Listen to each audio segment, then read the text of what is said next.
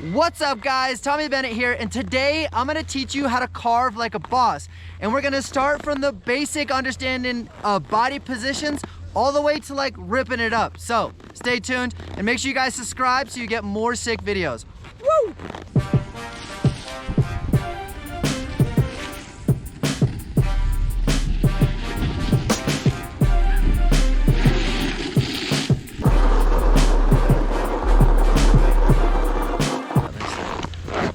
All right, so when it comes to carving, it can be really complicated, kind of nerdy. So what I've done is I've grabbed one of my snowboard athletes.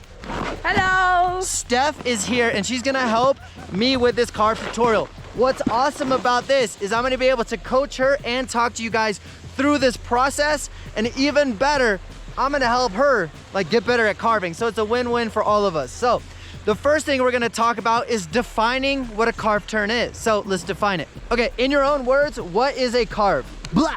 Like when you're coming around and you gotta hold an edge really strongly and kind of come across the hill, and yeah, making sure you got that strong edge as you go across.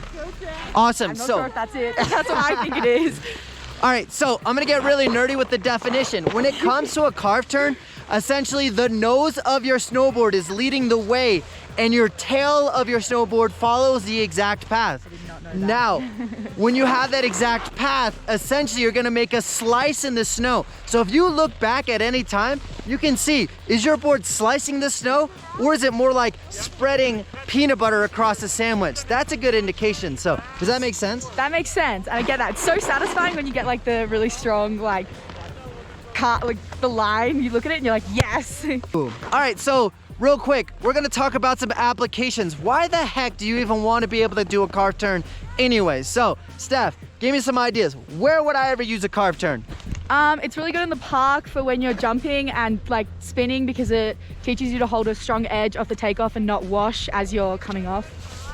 So, you would be using carve turns when you're in border cross, when you're hitting a jump, when you're just wanting to be able to turn without losing speed, half pipe, and then if you're going up to a rail or going off a jump. I already said jump, but a jump. Oh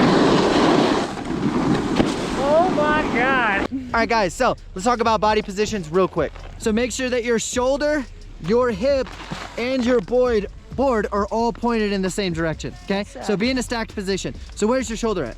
Not there we go. Yeah. Yeah, exactly. All right, so now that your shoulders, now that everything is nice and stacked, what I want you to think about doing is pressing both of your shins against your boot equally while kind of squeezing your glute. Kind of rock up a little bit on your toe side edge. Yeah, can I see that?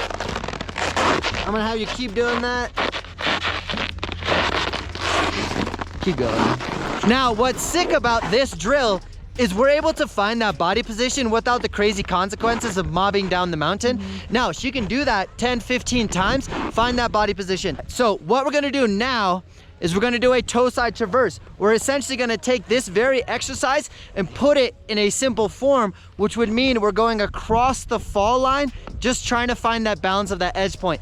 The goal for Steph is to make a perfectly sliced line in the snow and be able to hold that position for as long as possible. Do you think she can do it? This is so much pressure.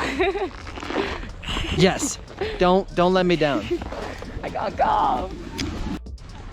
All right, so Steph, you're gonna be going across the fall line from this side to that side. Now, the number one thing you guys gotta pay attention to is watch out. Not the people, don't hit the people. For all these people, because we'll be traveling across the fall line, and so people are going straight down, we're cutting across, watch out. Slow down at any point, make sure you're not getting wrecked, just slow down, do it again. Start on her toe side edge, and you're just gonna go like this. Literally do this.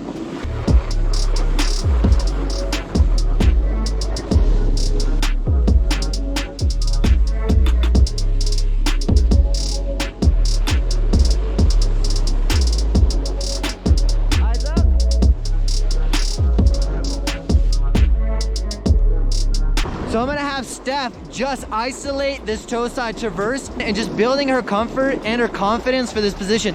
So I'm gonna have her go, just do focus on some toe side turns, just across the fall line, nothing aggressive. Just super mellow, but building the awareness.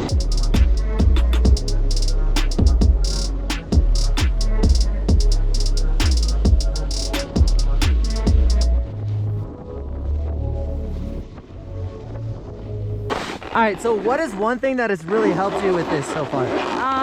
Squeezing my glutes and then pushing them forward, because then it kind of forces me to be upright but still bending my knees and on my edge.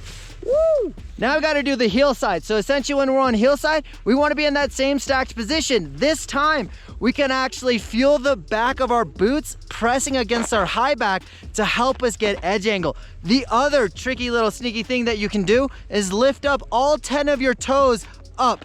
That's gonna help get more edge angle. So we're gonna do the same thing where I'm gonna have Steph go across the fall line, just becoming aware of that position so that she can fine tune it, and then we can get more gnarly and advanced with it, but nail down the basics so that it's muscle memory. All right, let's do some heel side.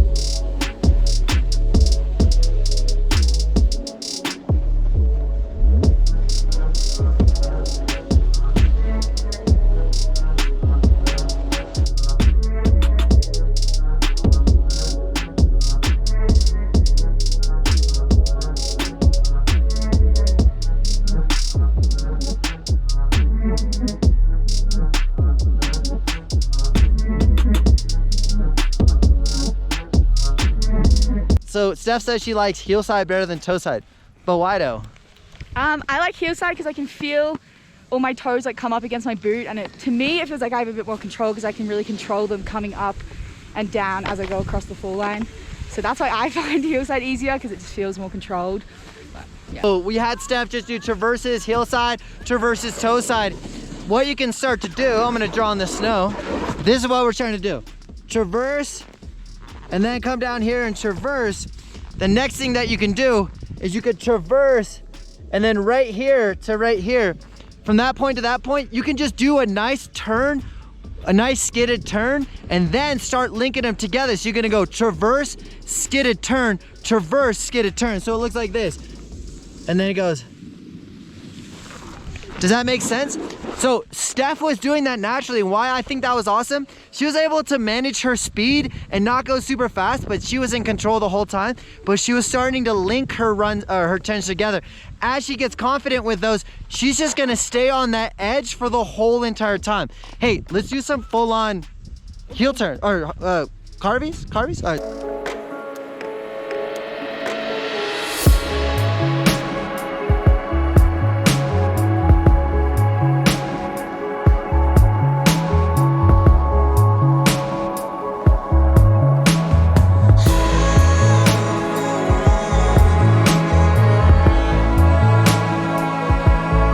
We've done heel side carves, toe side carves. We've kind of linked them together.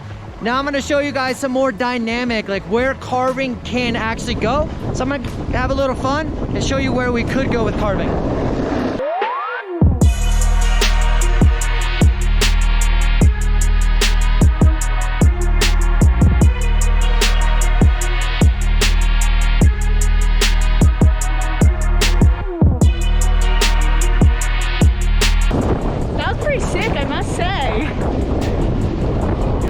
Look how pretty it is. It's so pretty today.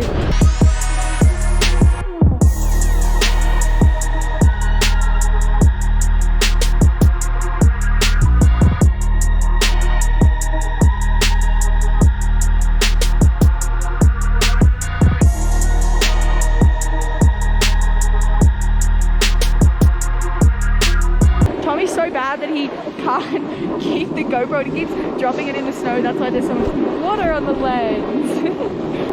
What the rip? So I did a trick, spun it so hard the GoPro was like, goodbye. Hey, see ya. See ya, I don't like it anymore. Hey, solid day. Yeah. That was fun. Productive, fun. LOL. That got real awkward because I was like talking to myself, and then these people just stopped by me and I didn't know what to do. So I don't know where I was. How you doing? Woo! After you've been carving for about a month, you're gonna be able to really fine tune where your weight is. You can get away with having more pressure on your front foot as long as your back foot is connected to the ground and it's still slicing the snow. If you're just leaning super far forward and you're not getting that connected to the snow, then you're not really doing the carve anymore. But if you get really good at keeping that back foot connected, you can actually apply more pressure to the front of your boot and front of your board and get a sharper turn. It's actually pretty sick. So I'm gonna show you guys some examples of that. And guess what? I just found the legend himself. What? Tommy Bennett? Are you Jonathan? I watch your YouTube. I watch your YouTube. You guys should subscribe to mine, and you guys should subscribe to his. Let's go. Dude, you better subscribe because he puts out vlogs every single day, 365 days a year for the last 19 years. It's crazy. And Tommy's gonna teach you how to carve. What? What?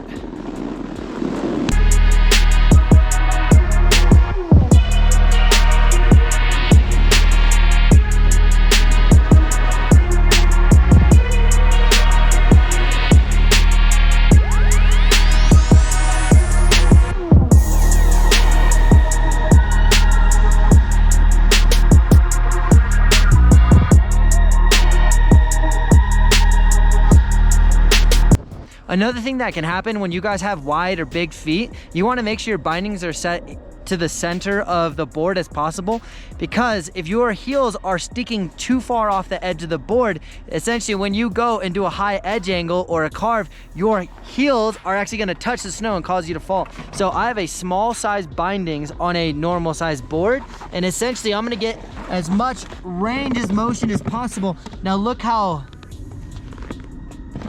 far I can go before my heel would actually touch. That allows me to get a really gnarly carve in without falling. So if some of you guys are touching the snow with your heels as you do a heel side carve, that's gonna be an issue. You may heel cup out and fall over. So I would suggest getting a wide board or making sure that your bindings are centered to give you as much room as possible. So there's another hint for you guys. All right guys, so on that note, we are out of here. If you guys want to pick up, actually check this out. If any of you guys want to pick up some Killing It stickers, those are going to be linked in the description below. I also got some hoodies made. It says Killing It, and then with Premier Snow Academy on the back. So if you guys want any of the merch or want to help support the channel, link down below. Also, if you find this video super awesome, give it a thumbs up, leave me a comment down below if there's anything that I missed, and share this with a friend. All right guys, I appreciate it. You guys are amazing. And on that note, we out.